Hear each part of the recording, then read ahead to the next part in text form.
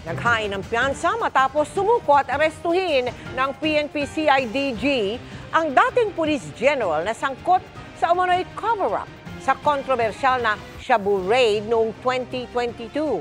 Nakatutok si June Veneracion. Ikaw po ay inaresto namin sa pamamagitan ng kautusan ng pag-aresto para sa paglabag sa Comprehensive Dangerous Drugs Act. Paglapag ni retired Lieutenant General Benjamin Santos sa NAIA Terminal 1 mula Singapore, nakaabang na ang mga miyembro ng PNP-CIDG para isilbi ang warrant of arrest laban sa kanya. Binasahan siya ng Miranda rights at sa airport na rin isinailalim sa booking procedure. Naunawaan mo po ba ang inyong karapatan? Kasama si Santos sa mga pinapaaresto ng korte dahil sa umano'y pag-mishandle sa 990 kilos ng Shabu bust noong 2022. Sa itinuturing na pinakamalaking huli ng droga sa kasaysayan, kung saan halos 7 bilyong pisong halaga ng shabu ang nasabat. Lumabas na nagkaroon ng umano'y cover-up para pagtakpan ang pagkakaaresto sa isang miyembro ng PNP Drug Enforcement Group o PIDEG na si Police Master Sergeant Rodolfo Mayo Jr. Ang idinila noon ng mga pulis, itinago raw ang pagkakahuli kay Mayo dahil may isinasagawa pang follow-up operation.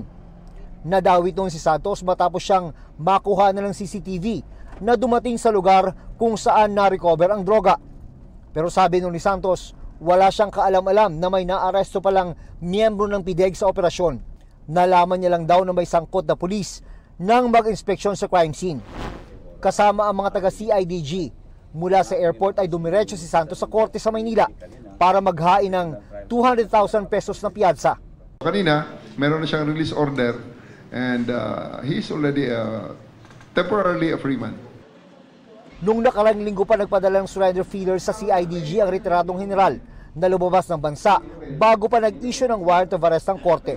Wala namang paramdam mula sa 7 iba pang at-large kabilang ang dating hepe ng PNP Drug Enforcement Group na si retired Brigadier General Narciso Domingo. Sa isang post sa social media, sinabi ni Domingo na hindi siya susuko. We're confident that eventually all these 7 will be all accounted for. May mga tracker teams tayo na binuo para hanapin. Actually, not only General Domingo but the 6 others. Para sa GMA Integrated News, June Veneracion, Nakatutok, 24 Oras.